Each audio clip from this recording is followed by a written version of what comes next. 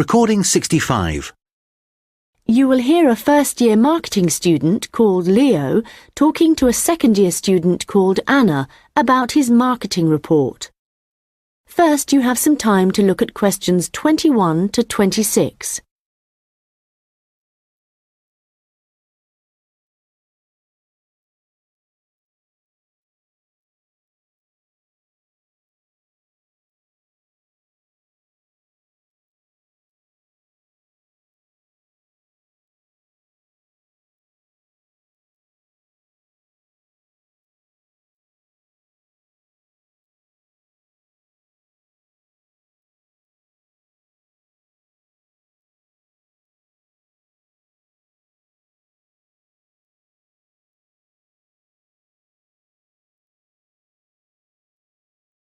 Anna, I wanted to ask you about my marketing report. I'm not sure about it. That's okay, Leo. So what do you have to do? Choose a product or service, then compare two organisations that produce it. I'm doing instant coffee. But haven't you got a weekend job in a clothing store? Why didn't you choose clothing?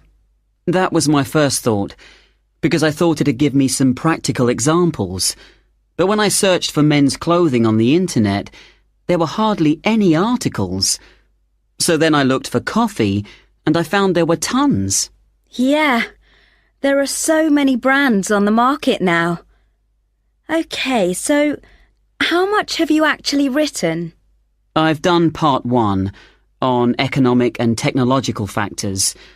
I found some good data on technological changes, how in Australia fewer people are buying instant coffee because of cheap coffee percolators that they can use to make real coffee at home. But there's also a movement away from drinking coffee. Switching to things like herbal teas instead because they think it's healthier. But that's not really to do with technology. It's more cultural.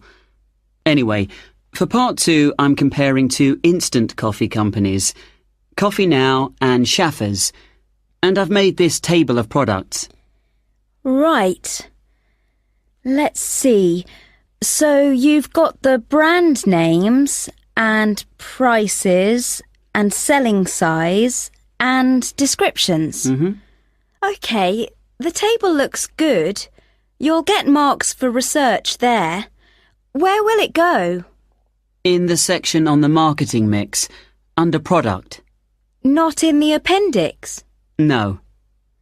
Okay, but it's too factual on its own. You need to add some comment in that section about the implications of the figures.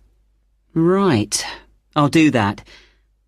Now, I want to say that I think that Schaffers is more of a follower than a leader in the coffee industry. Now, I'm putting that in the section on market share. Does that seem okay? Let's see. So, you've begun by explaining what market share is, that's important. But you've got to be careful how you give that opinion. Do you think it should go in another section? Well, it's fine where it is, but you've got to back it up with some data, or they'll say your report lacks weight. Okay. One thing I'm worried about is finding anything original to say. Well, since this is your first marketing report, you're not expected to go out and do interviews and things to collect your own data. You're just using published data. So the analysis you do might not throw up anything that people didn't know before. But the focus is more on how you handle the data. I mean, you might take something like a graph of sales directly from a website, but what makes your work original is the perspective you provide by your interpretation of it. Oh. You know, it's all so different from business studies assignments at school. It's really surprised me. What? How much research you have to do? I expected that. It's more, I knew exactly what I had to do to get a good grade at school. And I knew I'd be expected to go more deeply into things here. But I haven't got information on how the lecturer is going to grade my work, what he's looking for.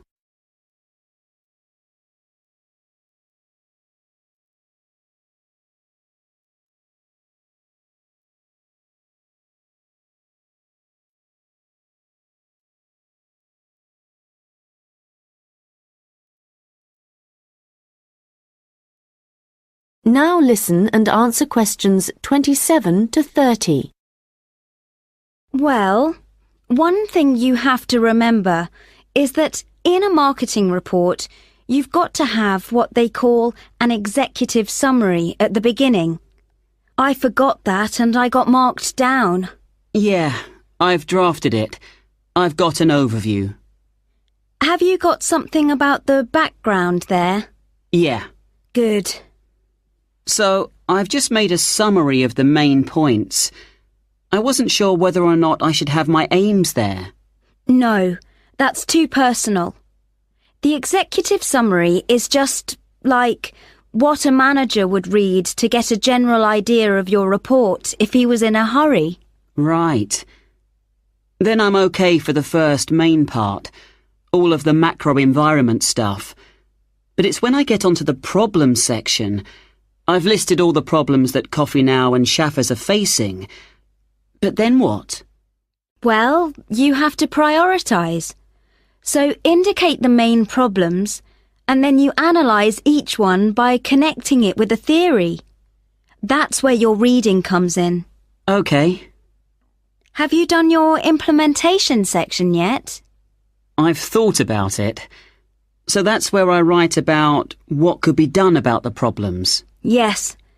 And it's got to be practical, so don't forget to specify things like who would be involved, and the cost, and the order that things would be done in.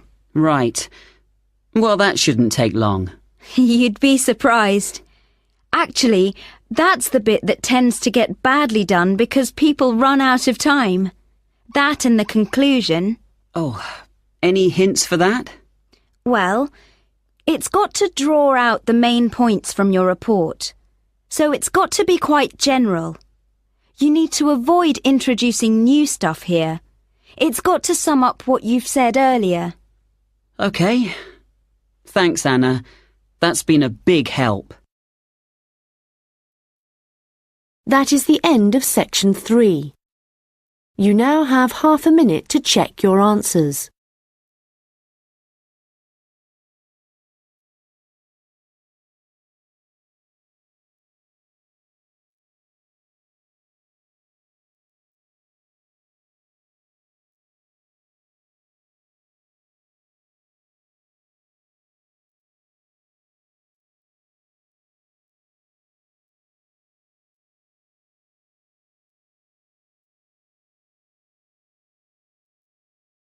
Now turn to section 4.